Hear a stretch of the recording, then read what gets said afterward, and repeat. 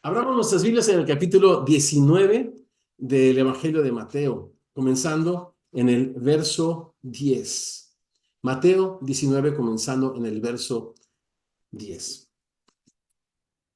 Le dijeron sus discípulos: si es así la condición del hombre con su mujer, no conviene casarse. Entonces Jesús les dijo: no todos son capaces de recibir esto, sino aquellos a quienes es dado. ¿Les parece que tengamos una palabra de oración? Señor hermoso, gracias por tu preciosa palabra, Señor. Gracias, Padre, porque tu palabra es viva, es espíritu, Señor, es literalmente tu neuma, nos vivifica, nos limpia, nos renueva, nos refresca, nos transforma, Señor. Abre nuestros ojos para que en tu preciosa palabra veamos las maravillas de tu ley y contemplando, Señor, tu gloria en ella, como en un espejo, sigamos siendo transformados a tu imagen, como por tu espíritu. Es lo que oramos los semillosos, mientras decimos todos unánimes y súper contentos y alegres por esta oportunidad. Amén y amén. Les platico. Un pastor amigo mío, a quien conocí en Chicago mientras ambos servíamos en esta iglesia, Willow Creek, me invitó a acompañarle a él y a su equipo a Ciudad de México la semana pasada, con motivo de la plantación del primer campus internacional de su iglesia, que está ubicada en Denver, Colorado. ¿Qué tal, mis amigos? ¿Fresísimas o no? Y les van a conocer si Dios quiere pronto. Y estando en Ciudad de México, por supuesto que vi a mi preciosa hija Melissa, con quien desayuné hace 2 días y a quien invité a conocer a mis amigos con los que estaba viajando. Cuando llegamos al lugar, ya que Melissa, toda mi familia y mi familia semillosa, por supuesto, habían sido mucho el tema de mi conversación con mis amigos, al llegar al lugar, pues presenté a mi hijita Melissa delante de todo el equipo, diciéndoles: les presento a mi preciosísima hija Melissa, de quien tanto les he platicado. Y en ese círculo de personas había un joven pastor, quien era el candidato principal de esta plantación o para dirigir esta iglesia en la Ciudad de México, y a quien le pregunté justo después de haber presentado a mi hijita como mi preciosa hijita, le pregunté a él: oye, ¿y tú eres casado? ¿Pueden creer el nivel de indiscreción? Cuando cuando mi hija me lo comentó: oye, papá, me avergonzaste, ¿de qué estás hablando? Y me lo repitió y ni siquiera podía recordarlo. Y es que eh, resulta que la noche anterior estábamos el equipo de pastores y un servidor, pues conociendo a este candidato, y conocimos mucho acerca de él. Conocí a sus papás, había unos bebés por allí, y resulta que eran de su hermano, no eran de él, y resulta que él era soltero. Entonces yo me quedé en la conversación de la noche anterior y de repente les presento a todos: esta es mi preciosa hija Melissa, y de repente entre mis amigos gringos veo a este, repito, candidato de México, y cambio de película en mi cabeza, pero nadie lo supo, y mi hija menos, ¿no? Cambié de película y dije: oye, y por cierto, ¿tú eres casado? O sea, yo tuve la pregunta desde la noche anterior, pero bueno, se me cruzaron los cables, las películas y los guiones se me mezclaron, y bueno, metí las cuatro patas. Pero ¿saben qué? A decir verdad, esta pregunta es una pregunta que todos los cristianos sinceros nos hacemos cuando recibimos un llamado genuino para servir a Dios. ¿Cuál es esta? ¿El matrimonio es un requisito para servir a Dios? En algunos casos pudiera ser un estorbo para servir a Dios. ¿Qué perspectiva acerca de esto tenían los discípulos? ¿Qué enseña Jesús al respecto? Bueno, pues 3 reflexiones básicas bajo el tema: el matrimonio y el servicio a Dios. En primer lugar, el matrimonio mal entendido, verso 10. En segundo lugar, el matrimonio y la soltería como dones divinos, versos 11 y 12. Y en tercer lugar, el matrimonio, perdónenme, ¿no? En tercer lugar, el requisito único para servirle. Bien, el matrimonio mal entendido, verso 10. le dijeron sus discípulos, si es así la condición del hombre con su mujer, pues no conviene entonces casarse. Jesús había respondido a los fariseos, quienes buscaban esconderse detrás de estas controversias religiosas, práctica muy común a través de toda la historia de la iglesia y muy común también en la actualidad, y trataban de esconder detrás de esta controversia su estilo de vida abusivo, machista, egoísta, a lo que Jesús les había enseñado antes o respondido que el matrimonio cristiano no existe para hacer al hombre feliz, sino que fue creado por Dios para, lo estudiamos la semana pasada y si alguien quisiera ahondar más en esto que estoy diciendo, tenemos en nuestro app la enseñanza de la semana pasada, capítulo 19, versos del 1 al 9, pero en síntesis lo que Jesús les respondió es de que el matrimonio, repito, no fue creado en principio para hacer al hombre feliz, sino que fue creado para reflejar a Dios a través de este. ¿Para reflejar qué? Pues su justicia, su amor, su misericordia, a toda su creación. Y que esto al hombre y a la mujer unidos en matrimonio les haría,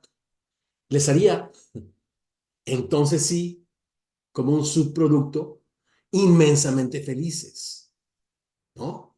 Vivir para nuestro Dios es verdaderamente el origen de nuestra felicidad. No viviendo para su propia causa, sino para la causa del que al principio les creó y nos creó como varón y hembra, y que asimismo los que estamos casados nos ha unido para ser una sola carne y así glorificarle y así vivir para la alabanza de su gracia, dice el apóstol Pablo. A esta enseñanza que Jesús dio no solo a sus discípulos, sino públicamente, añadió una advertencia misma que ignorándola el ser humano ha puesto en peligro no solo el matrimonio, sino la familia también. ¿Cuál es esta? Recordémosla. Ha sido muy controversial, pero es muy contundente y fácil de entender. Se las leo. Es el verso 9 y este es el contexto anterior para entender por qué los discípulos reaccionaron así. Si esa es la condición del ser humano, pues no conviene casarse. Pues, ¿qué les dijo el Señor? Escuchen. Escuchemos. Les digo que si alguno se divorcia de su esposa, a no ser en los casos en que ésta le haya sido infiel, comete adulterio si se casa con otra. Y el que se casa con la divorciada también comete adulterio. ¿Qué quiso decir Jesús? Quiso decir lo que quiso decir. Los discípulos, sin poder entender con claridad el misterio del matrimonio tal y como lo enseña el Nuevo Testamento, llegaron a la conclusión originada por ellos mismos, que el matrimonio era algo así como un estorbo para servir a Dios, que el matrimonio se opondría o se opone al llamado, supuestamente, ¿verdad?, que los discípulos tenemos para seguirle y servirle con todo nuestro corazón. Pregunto, ¿esto es así? ¿Eso es lo que la Biblia dice? El apóstol Pablo trata con un punto de vista, fíjense, similar, cuando debido a preguntas que no podemos entender, porque la primera carta a los Corintios es una serie de respuestas a interrogantes que en una carta anterior a Pablo le habían hecho. Y entonces en el capítulo 7 dice esta respuesta a una pregunta que no podemos conocer, que podemos imaginarnos, pero a ciencia cierta no sabemos. Dice, en cuanto a las cosas que ustedes me escribieron, dice Pablo en el versículo 1 de 1 Corintios 7, bueno le sería al hombre no tocar mujer. ¿Está acaso Pablo hablando del matrimonio de la misma manera en la que lo hicieron los discípulos en este pasaje? Definitivamente no. Y el resto del capítulo 7 de 1 Corintios deja en claro que Pablo tiene en mente otra cosa y yo no voy a traer todas estas cosas y argumentaciones que Pablo tiene. Pero lo que sí quiero decir es de que en la mente de muchas personas y quizás de aquellos interlocutores con los que Pablo estaba comunicándose en su primera carta a los Corintios había cosas similares. Bueno le sería al hombre no tomar mujer. Pero escuchemos la respuesta de Jesús a esta conclusión precipitada y esta manera de pensar o considerar el matrimonio de una manera completamente pues equivocada. Ahí en el verso 2 ¿me acompañan? No, perdónenme, 11. Entonces les dijo, no todos son capaces de recibir. Yo subrayé en mi Biblia recibir, porque solo un don o algo dado es aquello que se recibe. No todos son capaces de recibir esto, sino aquellos a quienes les es, y también subrayé dado. Un don es aquel que se recibe. Pues hay eunucos que nacieron así del vientre de su madre, está hablando de personas mutiladas del sexo masculino. Hay eunucos que son hechos eunucos por los hombres. Y en tercer lugar, dice Jesús, hay eunucos que asimismo se hicieron eunucos por causa del reino de los cielos. Y subraya lo que queremos reflexionar en esta segunda enseñanza. El que sea capaz de recibir esto, que lo reciba. ¿A qué me refiero? Que el matrimonio y la soltería también son dones divinos. Pero permítanme compartir esto para explicarme mejor. En el pensamiento judío, el permanecer soltero no era algo natural. No se asusten, chicos y chicas solteras que están o habrán de escuchar esta enseñanza. Pero esa es la verdad. Culturalmente no era algo natural, ya que el mandato que aparece en Génesis 1, versos 27 y 28, fructificad y multiplicaos, llenad la tierra y sojuzgadla o gobernarla, lo tomaban muy en serio. Y hasta la fecha lo siguen tomando los judíos ortodoxos muy en serio. Tanto así que en los tiempos bíblicos, como los judíos ortodoxos en la actualidad, se casan en la adolescencia o en una edad adulta muy, muy temprana, por la razón que las acabo de explicar. Toman y tomaban muy en serio el mandato de fructificar y multiplicarse. Es así que después de la Segunda Guerra Mundial también se dedicaron a repoblarse, ¿no? Los judíos, porque por tercera vez lo digo, se toma muy en serio ese mandato de fructificar y multiplicar. Ahora, Jesús se refiere a esto en términos, a este hecho en términos de una mutilación. El no tener hijos y no cumplir con el mandato bíblico de multiplicarse en la mente de muchos judíos era similar a una mutilación en los hombres. Repito, el no casarse implica no multiplicarse. Y el no multiplicarse era tenido tanto así como mutilarse. Y entonces Jesús explica que en ese sentido, un- una persona físicamente, en primer lugar, pudiera no dársele el multiplicarse o el tener hijos. Jesús explica que algunos están limitados físicamente. En otras palabras, así nacieron. Dios no les concedió ese don y es precioso cuando tú lees las historias en la Biblia, siempre la Biblia dándole gloria a Dios, inspirada por el Espíritu Santo que ha sido enviado al mundo para glorificar al Padre, subraya el hecho, la realidad de que una mujer concibe cuando Dios le dio concebir, es un don de Dios. Ahora, les platico.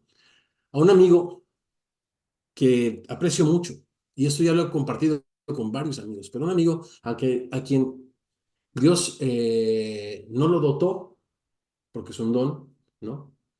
O no le dio este don o este regalo. eh, yo le dije que también para ser papá se requiere un don de Dios. Ver sufrir a un hijo, ver drogado a un hijo, ver alcoholizado a un hijo, ver endurecido a un hijo.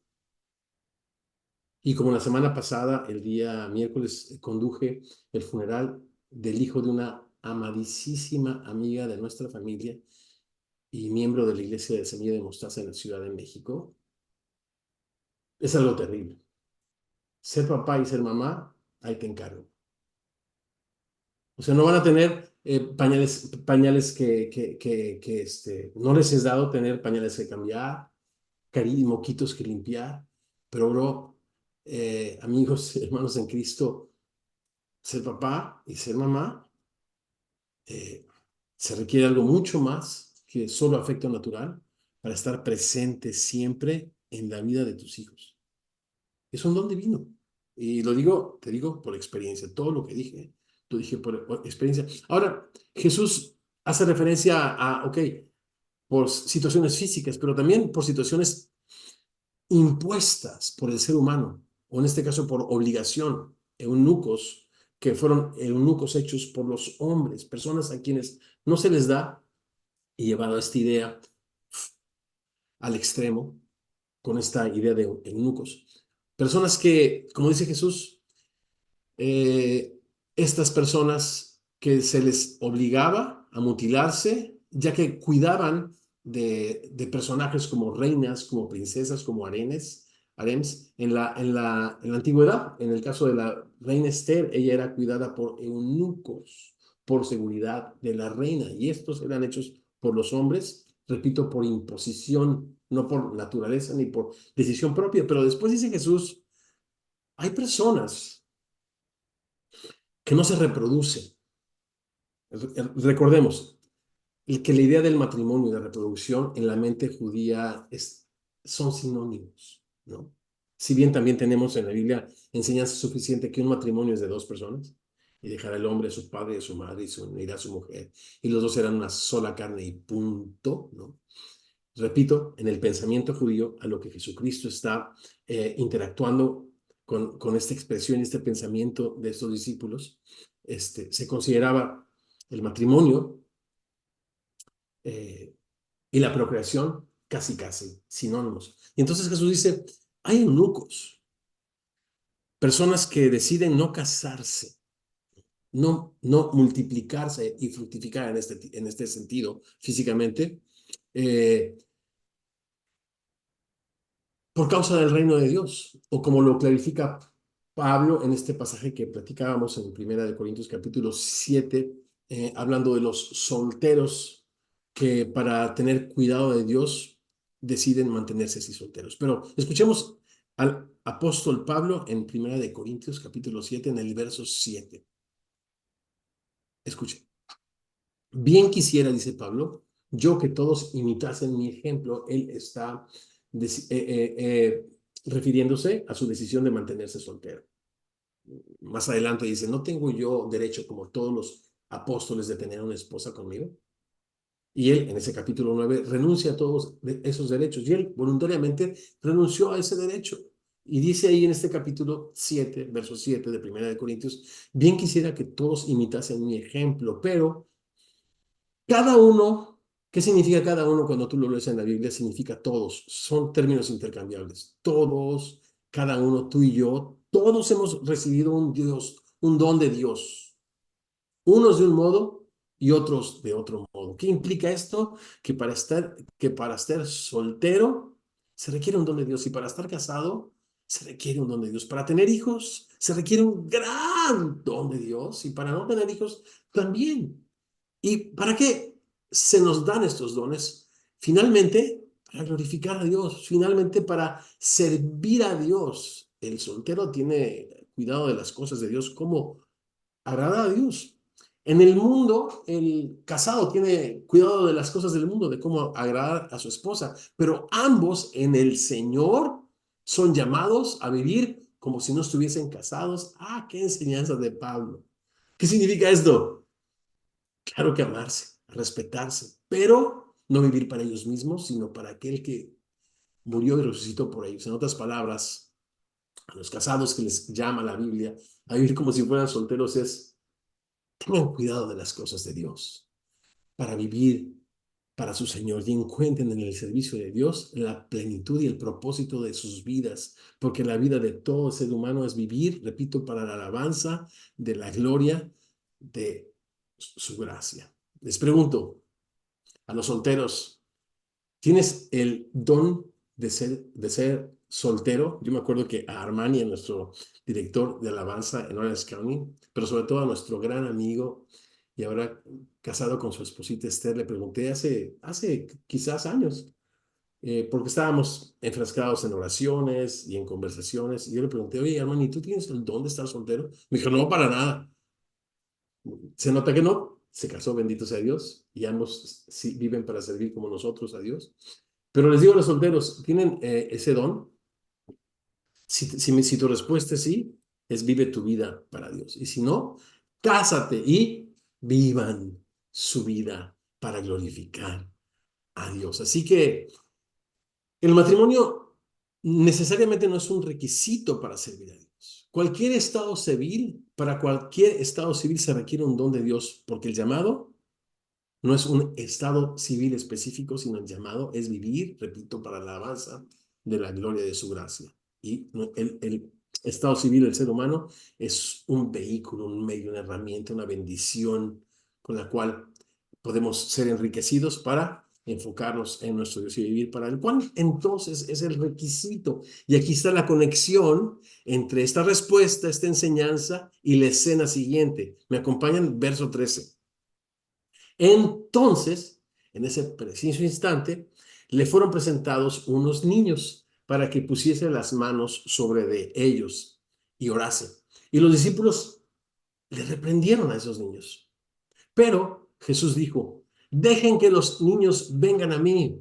Famosísimo pasaje, ¿verdad? Y no se lo impidáis, porque de los tales es el reino de los cielos. Interesante. De los niños es el reino de los cielos. Y habiendo puesto sobre ellos las manos, se fue de allí. Y ahí acabó esta conversación. Bien,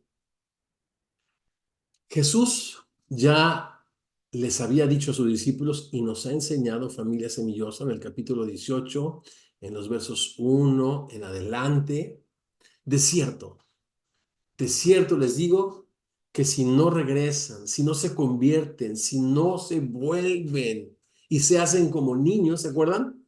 Capítulo 18, verso 3, no entrarán en el reino de los cielos. Y esto no es un requisito para ser parte del reino de los cielos, pero sí es la condicionante para ver el reino de Dios manifestarse en todo su potencial en tu matrimonio, en tu vida, en tu soltería, en tu iglesia, en tu trabajo.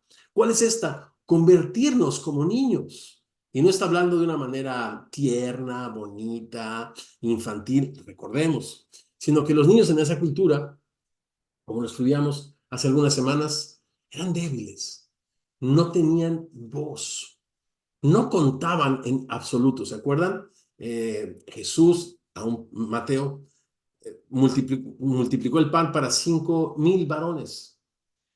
Las mujeres en esa cultura y los niños no contaban. Los niños no contaban en absoluto. Por lo tanto, eran indefensos, no tenían seguridad en ellos mismos y siempre estaban necesitados.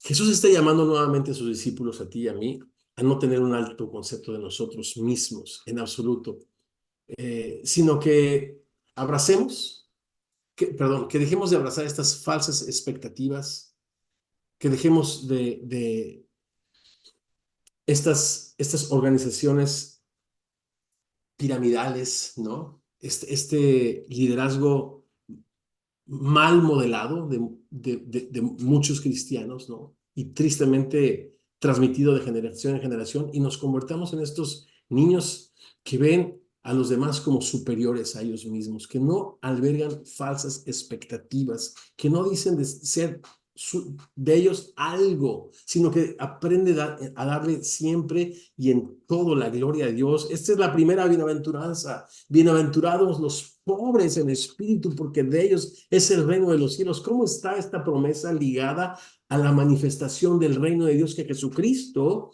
ya trajo a la tierra y que solo la disfrutan, la reflejan, la manifiestan aquellas personas que humildemente se humillan bajo la poderosa mano de Dios, como dice el apóstol Pedro, para que a su tiempo el Señor nos exalte? Recordemos este texto que está en Isaías 57, verso 15, y que sea la base para que podamos despedirnos en oración y dejar este texto. ¿Les parece? Isaías 57, verso 15.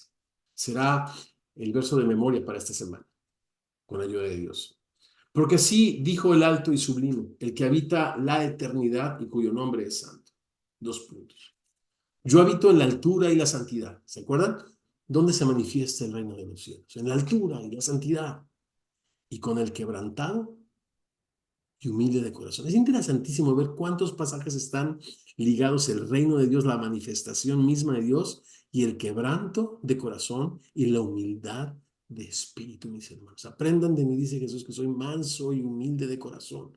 La única cualidad de carácter que Jesús enfatizó en sí mismo y la misma que nos invita a imitar en una relación de completa dependencia a Dios, pero también de ver a nuestros hermanos y semejantes como superiores. Cuando les servimos por amor, cuando les servimos de todo corazón, cuando les servimos y amamos sin expectativas. Ese es el requisito para servir al Señor. He aquí, yo habito en la altura y la santidad, y con el quebrantado y humilde de espíritu, para hacer vivir el espíritu de los humildes, el reino de Dios de su plenitud, y para vivificar el corazón de los quebrantados. Oramos. Señor hermoso, gracias por tu preciosa enseñanza. En nuestra sociedad, o los matrimonios, o los casados en diferentes ámbitos, unos censuran, critican, relegan a otros, pero nos damos cuenta, Señor, que en cualquier situación que nos encontremos, cualquiera que sea nuestro estado civil, es un regalo y es un don, Señor, que tú nos otorgas, Señor, que necesitamos recibir con humildad para aprender juntos o solos para vivir para ti. Oro por los solteros, Señor, no por los solterones que viven siempre desanimados, siempre con expectativas, con un espíritu de pérdida. Oro, Señor, por los solteros que han aprendido a vivir en esta época, Señor, sus vidas para aprovechar cada oportunidad para vivir para ti, Señor. Y aquellas personas que estamos casados, Padre, que pongas en ambos el mismo sentir. No el sentir de ella en él, no el sentir de él en ella, sino ambos el sentir de Cristo, que no estimó el ser igual a Dios como cosa que aferrarse, sino como un niño que no cuenta, sin valor se despoja, no de su deidad, sino que toma forma de siervo, hecho semejante a los hombres. Y en esa condición se humilla hasta la muerte y muerte de cruz. Padre, ayúdanos a seguir tu ejemplo, seguir tus pisadas y convertirnos como niños, Señor. Vivir como niños para desatar todas las bendiciones que tú tienes, Señor, en tu reino, no para nosotros, sino para compartir, Señor, a nuestro alrededor, que seamos personas, Señor, que cambian su entorno, que afectan el lugar donde están, Señor, con esta actitud de humildad. Qué increíble que tu Espíritu Santo ya van dos veces en dos capítulos pegados que sobreenfatiza. Y cuando tu Espíritu Santo sobreenfatiza algo, queremos poner atención. Ayúdanos, te lo pedimos en tu precioso nombre, los amigos os decimos así sea. Amén y amén.